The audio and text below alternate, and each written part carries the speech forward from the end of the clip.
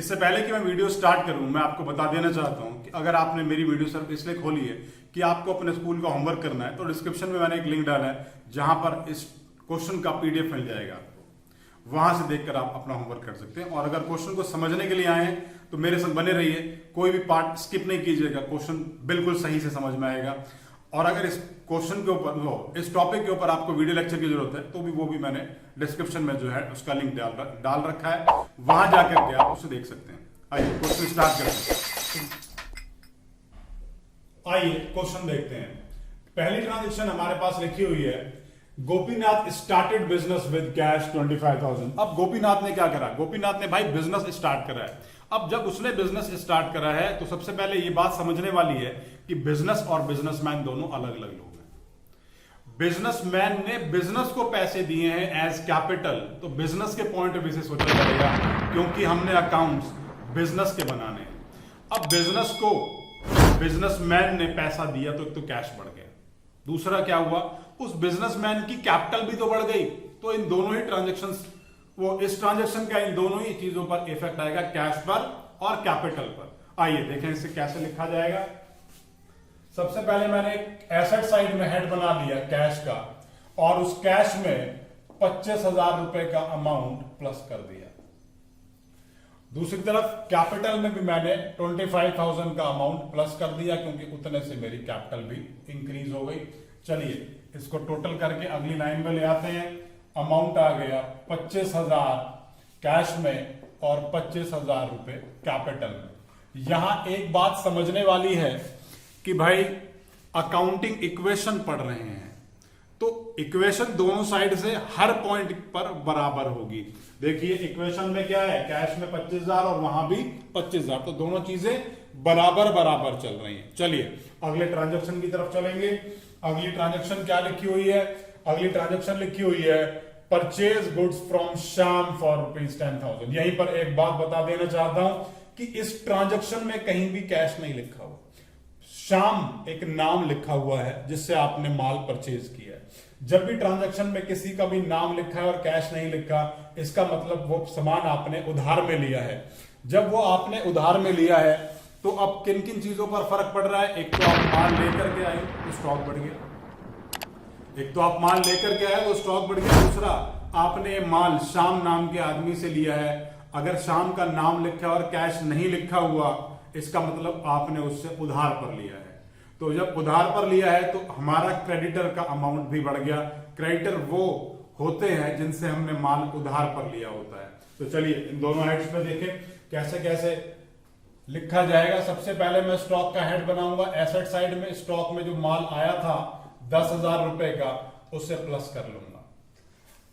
On the other hand मैंने creditor, liability head में creditor का हेड बना देना है, और जो माल आपने 10,000 रुपए का उधार पर लिया था उसको मैंने क्रेडिटर में प्लस कर देना है।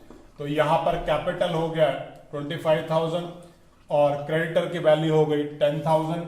इस तरफ देखेंगे कैश की वैल्यू है 25,000 और यहां पर स्टॉक की वैल्यू है 10,000। अब फाइनली यहां एक बात समझने वाली है।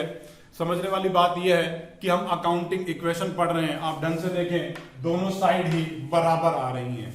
यह हिस्सा भी बराबर है और यह हिस्सा भी बराबर है, तो मतलब हमने यहां तक जो कुछ किया है वो कंप्लीटली सही है। चलिए आगे चलते हैं, देखें अगली ट्रांजैक्शन में क्या लिखा है। अगली ट्रांजैक्शन में लिखा है, सोल्ड गुड्स टू श्याम। किससे माल बेचा है? श्याम को। क्या कॉस्टिंग है? 1800। अब 1800 का माल कितने में बेचा है? बेचा है 1500 में। तो सबसे पहली बात तो ये कि अगर 1800 का माल हम 1500 में घाटे पर बेच रहे हैं तो मतलब 300 रुपए का घाटा हो गया। दूसरी बात यहां समझने वाली क्या है कि गुड्स आपने शाम को बेचे हैं। यहां शाम के साथ कोई कैश नहीं लिखा, मतलब आपने शाम को माल उधार पर बेचा है।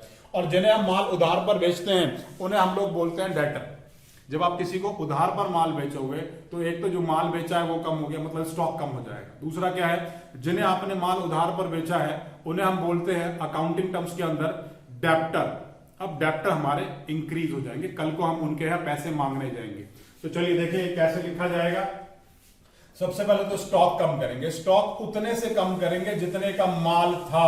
कितने का माल था? 1800 रुपए का माल था। अब दूसरी बात क्या है कि डेप्टर, जिन्हें आपने माल उधार पर बेचा है उनको हम अकाउंटिंग टर्म्स में बोलते हैं डेप्टर, और वो डेप्टर कितने से बढ़ गए, वो बढ़े हैं 1500। अब 1800 का माल आपने 1500 में बेचा है, तो भाई देखने से ही मालूम चल रहा है कि हमें नुकसान हुआ कितने का, 300 का। अब नुकसान किसका, हम लोग सिर्फ बिजनेस हैं, हम लोग जो भी कुछ अर्न करके देंगे बिजनेसमैन को, वो सब कुछ बिजनेसमैन को बिलोंग करेगा।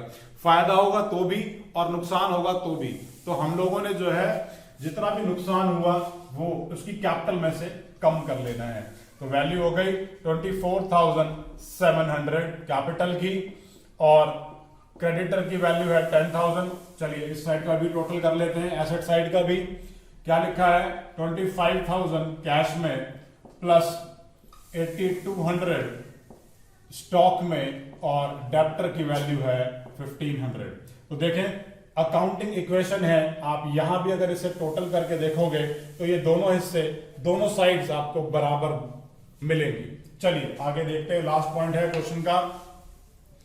लिखा है गोपीनाथ विड्रॉ फ्रॉम बिजनेस ₹5,000। अब 5,000 रुपए गोपीनाथ ने जो है वो विड्रॉ कर लिए। अगर 5,000 रुपए गोपीनाथ ने विड्रॉ करें तो सबसे पहले फर्क क्या पड़ा, गोपीनाथ है कौन, गोपीनाथ वो है जिसका हम ये अकाउंट मेंटेन कर रहे हैं, जो हमारा बिजनेसमैन है। अगर वो कुछ भी विड्रॉ करेगा तो एक तो बिजनेस में से कैश कम हो जाएगा, दूसरा जो उसने कैपिटल लगा रखी थी भाई पैसे तो उसी में से निकाल के देंगे तो कैपिटल भी कम हो जाएगी। तो इसका मतलब क्या हुआ कि इस ट्रांजैक्शन का इफेक्ट दो जगह जाएगा, एक तो कैश कम और एक कैपिटल कम। चलिए दोनों को कम करके दिखाता हूं। कैश में से मैंने 5,000 जो पैसा उसने विड्रॉ किया वो मैंने माइनस कर दिया। ऑन द अदर हैंड वही पैसा मैंने कैपिटल में से भी माइनस कर देना है।